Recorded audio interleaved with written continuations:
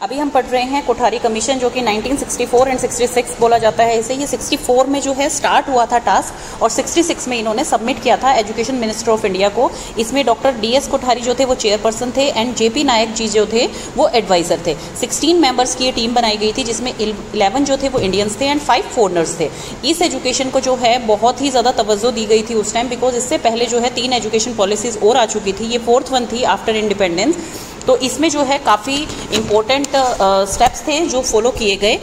Last आपकी जितनी भी कमीशंस थी उनमें कोई इंपॉर्टेंस नहीं दी गई थी एग्रीकल्चर को, कोई मॉरल स्पिरिचुअल वैल्यूज़ की जिक्र नहीं किया गया था, कोई नेशनल रिकंस्ट्रक्शन का जिक्र नहीं किया गया था, एकेडमिक्स उसमें ज़्यादा था, एग्जामिनेशन की बातें होती थी सिर्फ, और कास्ट लॉयल्टी मिलती थी उसमें। लेकिन इसमें क्या हुआ, इसमें नए करिकुलम्स बनाए गए ताकि वो बच्चों के लिए अच्छे हों। प्रिपरेशन एडवांस कैरिकुला सब सब्जेक्ट्स के बनाए गए, और इसमें जो है साइंस की, मैथ्स की एजुकेशन कंपलसरी की गई फर्स्ट 10 ईयर्स तक बच्चों के, ताकि उनकी जो है मेंटल एबिलिटी, थिंकिंग पावर बढ़े।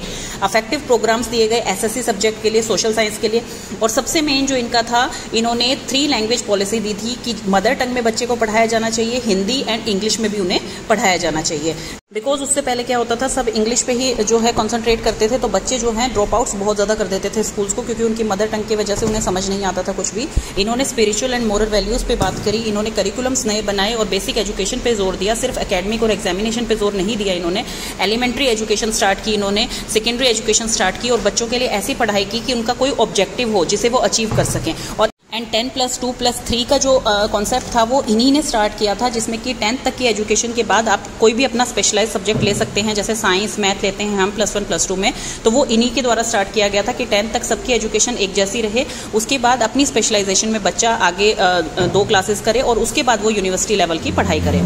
इन्होंने बच्चों की इक्वालिटी के लिए हर वो पॉसिबल चीज़ करी कि बच्चे जो हैं ड्रॉप आउट्स ना करें, चीज़ों को मतलब पढ़ाई छोड़कर ना जाए, इसलिए उनके लिए इजी से इजी मेथड यूज़ किए गए कि उनकी मदर टंग में भी उन्हें पढ़ाया जाएगा।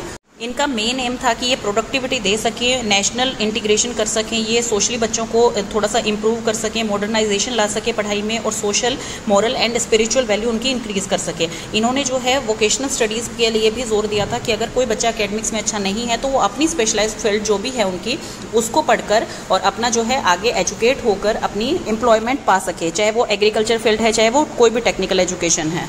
इन्होंने जो लोअर सेकेंडरी स्टेज होती है, जो कि आपकी 8 से 10 तक के बच्चे होते हैं, उसमें 3 लैंग्वेज फार्मूला लगाया, और उसके बाद हिंदी और इंग्लिश को इन्होंने कहा हायर एंड लोअर लेवल में यूज़ किया जाना चाहिए।